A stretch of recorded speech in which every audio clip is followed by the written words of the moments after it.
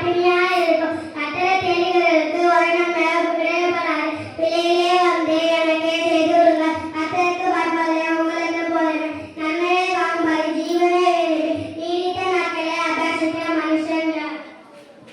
நாய் வளர்க்கும் உன்னை கவனத்துக்கும் விலக்கி காத்தீர்கள்.